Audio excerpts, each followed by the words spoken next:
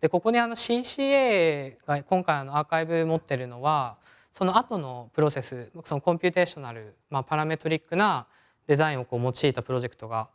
多いというか、そこから90年代からのものがアーカイブされているということで、今回、それに関して、見せてもらいました。楊さんのキャリアは最初にそのプロダクトデザインだとか、インテリアの小さなプロジェクトから始まっていて、それが住宅に変わっていった時に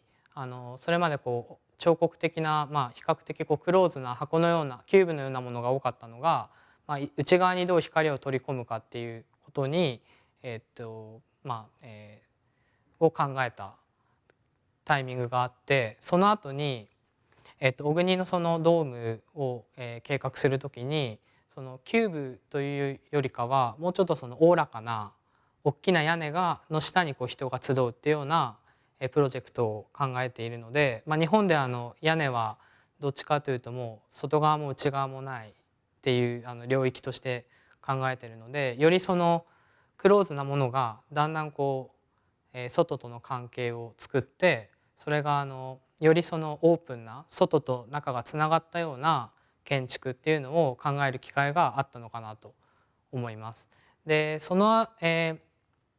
経緯の中で大きな屋根っていうのが、下に人が集うっていう時にだんだんその屋根自体が、その自然の原理で作られているっていうことに興味を持ったようで、ご本人がそのパンテオンを見た時に感動したと言ってたんですけど、自然現象に近づくための建築っていうのをその大きな屋根をもとに考え始めたっていうのが90年代かなと思います。まず富山のプロジェクトは、比較的大きな公共的な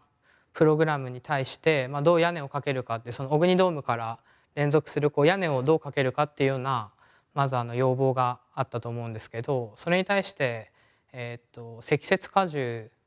と、その屋根の構造っていうのをどう最適化するかっていうのを彼らはトライしていて、それは富山自体が水が有名だったり、雪が多かったりっていうような、そのコンテクストとか、環境によって、そういう問題設定をして、それに対して彼がよく最適解っていう言葉を使ってたと思うんですけど、その屋根形状をコンピューターの技術を使って、決定しているっていうプロジェクトです。でここにいくつかある資料の中でもその、屋根伏せ図とか天井伏せ図に対してあまりにも膨大な、数値が入力されていて、それは構造の、応力の数値だったり、メンバー自体の長さが、どこも違うので、それを20年前にやってるっていうのは、かなり衝撃でした。で彼らはここにもありますが、その優秀なコラボレーターが常にいて、日本のそのメーカーの太陽工業さんとか、膜の技術を持っているところとか、基本的に新しいことを挑戦するときにそういうメーカーとの、技術的なフォローがあって、そのコミュニケーションがあったりして、当時ファックスなんでそこに手書きで記載されている例えばここだと、そのメッシュの梁のラインを変えたいとか、そういうコ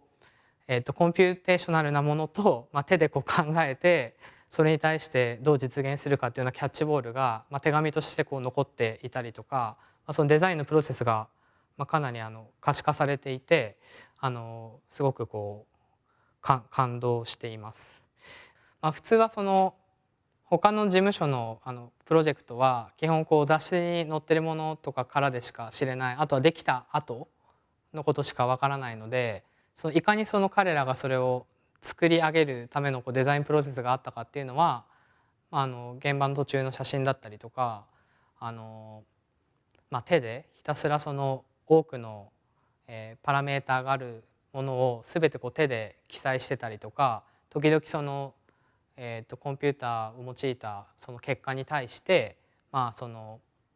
手でそれを書き換えるというか修正していくみたいなプロセスっていうのはなかなか分からなかったので、今は普通ですけど、そのコンピューターを使ってデザインするのはその20年前とかにそういうのをどうやって積み上げていったかっていうのがもう今じゃ想像できないぐらいそのディテールとかドローイングに現れているのでもっと自分も頑張らなきゃなと思いました。